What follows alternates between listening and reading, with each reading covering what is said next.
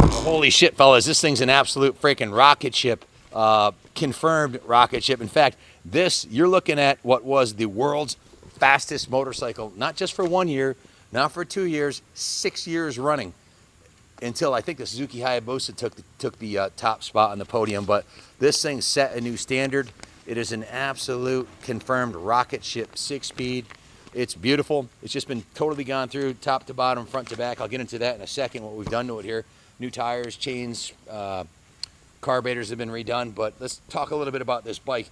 Obviously a sport bike in Kawasaki's Ninjas series. They made this from 1990 to 2001 and at a top speed of 176 miles per hour. As I said, it was the fastest production motorcycle from its introduction until 96, surpassed at that time by the CBR 1100 XX. So with a record top speed of 176 miles per hour, the ZX-11 dominated the streets for over half a decade. The nearest production bike top speed was 10 miles per hour slower, and that belonged to another Kawasaki, the ZX-10, the bike that Kawasaki replaced with this bike right here, the ZX-11. If you look at the front of the bike, it has a ram air induction system coming into the fairing, right into, it's almost like a supercharger at high speeds. When you get going like 90 miles an hour on this thing, things start happening fast, man, with the ram air induction. It's pretty incredible. It's kind of like, in the car world, this is equivalent to an LS1 or a 454 Chevelle SS. It's with 456 gears. It's an absolute rocket ship, and it stood the test of time. Even by today's standards, this bike is fast. The ZX-11 quarter mile time on this bike was 10.43 seconds at 131 miles per hour. That's absolutely ridiculous. 131 miles an hour. Jeff, you want to take it for a rip? Man. I've done a few magazine articles with bikes, and I wrote them faster than the editors of the magazine.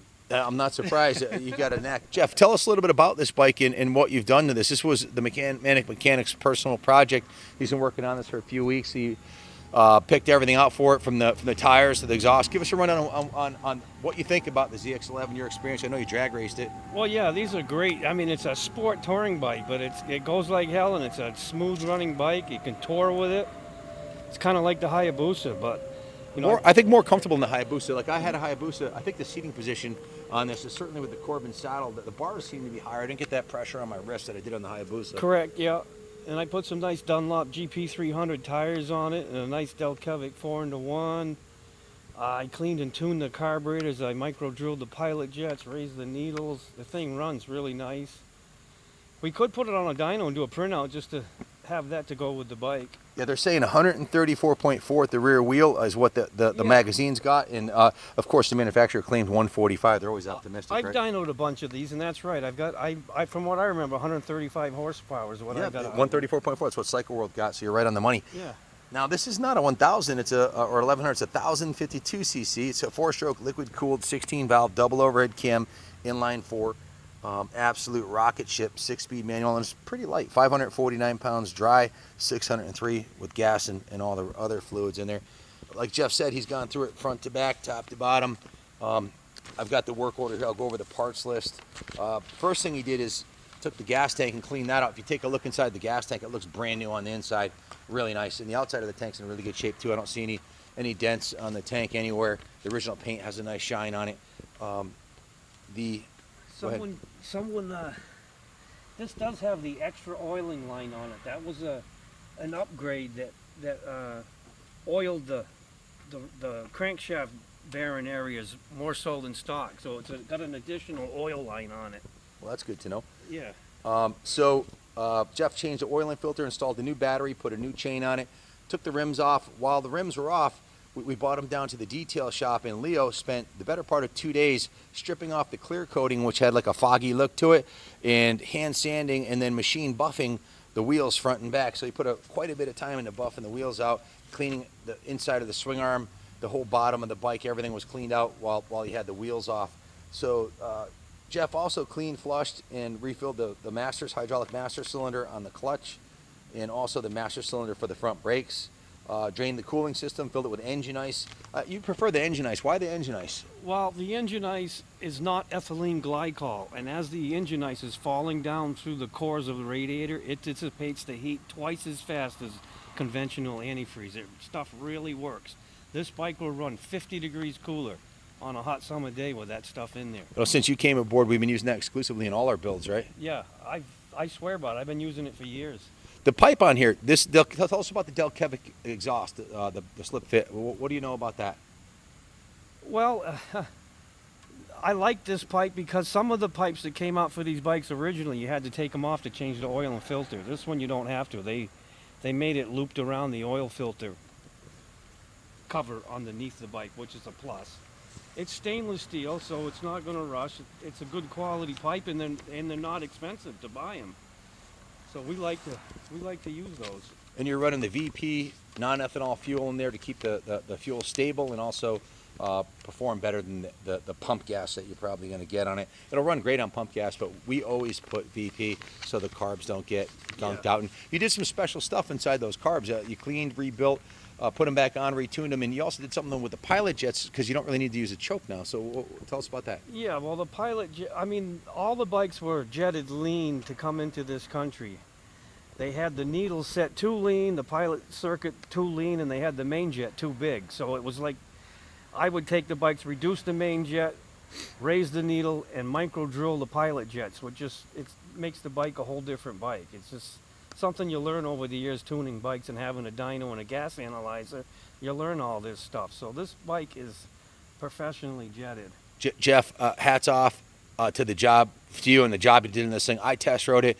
It's remarkable how well you've got it jetted. Like I revved the thing out to second, third gear to 10,000 RPM and let off the throttle all the way down to idle, and it would go whoa, and made this nice crackling noise, but no backfiring, not a single backfire at all. But it made a crackling noise, like just you could tell it was just jetted perfectly on the decel and on the acceleration for off idle all the way to redline. This thing's an absolute freaking rocket ship. With the new tires, it's ready to go. Set some top speed runs. Yeah. Did you replace the brake lines on this too? I also put the Russell steel braided brake lines on it too. What does that do for the braking performance having the Russell braided stainless lines? Well, it's way more positive braking where you don't have the expansion of a rubber hose on a hot summer day and the brakes are hot and the lines are hot. You get a lot of swell. You don't have a positive brake. This here you'll have a real positive brake feeling. Especially on a bike that is if that was the original brake lines, 20 years old, they're gonna be probably even more spongy, I would imagine. So yeah, they deteriorate on the inside. Did you put a battery tender on this too? Does it have one of those? Yeah. I know it has also has a Corbin saddle on it. That's a nice upgrade over the stock. So it has a brand new battery in it, right? Yeah. And a new chain. It's got a brand new Yuasa battery, but I did not put the tender leads on it. But so the charging system's working fine, and you also put a new windshield on it too, right? Yep, brand new windshield. Brand new windshield. I think new grips, new windshield. Well, I really like the mirrors. They don't vibrate. I was straight up. I had it up to, you don't need to tell. I won't say, but they were nice and stable even at the speed limit. So it is a fantastic motorcycle. Brand new chain on it. Yep. And it went through the detail department. Like I said, Leo spent a great deal of time polishing the wheels. This thing really did clean up nice. Yeah. One of our detail guys, Kenny, has really experience with buffing and polishing paint, and he buffed and polished and waxed the entire paint job on this bike. So the original paint has a real nice shine on it. Testimony to the quality materials and paint that Kawasaki used. It was steam cleaned, hand washed, degreased. The wheels were actually bicarbonate sodium blasted, then polished, and the inserts, the middles of them, if you look closely, were actually painted the original factory black. So the finish on the wheels looks better than the day it came out of the dealer. They painted the foot peg brackets and the kickstand and the engine side covers, touched up the hand controls, buffed and polished every painted surface on the bike, and cleaned underneath the seat. So there was a total of 20 hours in the detail shop. That's 2.5 days. I mean, it takes time to do that kind of polishing on aluminum, 2.5 days. The Delkevic exhaust is a highly polished stainless. Jeff spent 12 hours on it, and I can tell you straight up, there's no way on God's green earth you're going to do what this guy did. He's got how many years experience? 46. 46 years experience, and now you have a long history with these. So the fact that you were able to rebuild the brakes and the carbs and tires and go through everything in 12 hours, the average backyard mechanic, if you could even figure out how to do it, would take substantially more than that. But you drag race these back in the day. Tell us a little bit about your experience with these drag racing. Well, yeah, I did. Out in Carlsbad, California, there was a magazine test, and they ran the bike at, I believe it was, what time did you have down there? I think 10.43 is what I saw. That's right. The magazine guy, I rode the bike about, I don't know, a half a second quicker than the magazine guys, because the guy says, hey, will you ride my bike, Jeff? Because he saw that I was getting them out of the hole and running them pretty good. And so I ran his bike, and I did a quicker time than the magazine. 10.43 is what they had written down. Yeah. That's what the magazine did.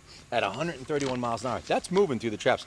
Fastest I've ever been on a street bike, mostly an off-road racer, was 145 miles an hour. I can't imagine going 167. That's our 176 at top speed. Or doing 131 through the quarter mile is just straight up moving. Yeah. And it feels stable. Like at the speeds I was at, it's rock solid stable. The fairing, I think, is a little bit taller than the stock bend. And with that full face helmet on, the fairing gives you pretty good wind protection.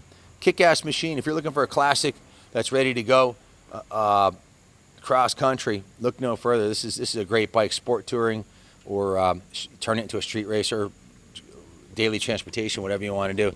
The ZX-11 can't be beat. Thanks for watching, and God bless Japan for making kick-ass bikes like this. Hey guys, this test ride would have been a lot more exciting if the mechanic 12 o'clock this thing all the way up the street, but he was tied up, and I am not going to wheelie this thing. I don't trust myself on it, but he's a pro level drag racer and street racer. So I wheelied this when nobody was looking. Yeah. you did. It comes right up. It comes straight up. There you have it from the man himself. Any closing remarks, Jeff? You want to hold the mic on? I'm really impressed with how beautiful this bike looks. It just looks great. I'm really impressed with how. Especially the exhaust you picked out. The thing's like that's a polished stainless. Yeah, they offered a shorter canister one also, but I got the longer one. It fits the bike better. Good choice. It is an absolute 10. I feel the need for speed.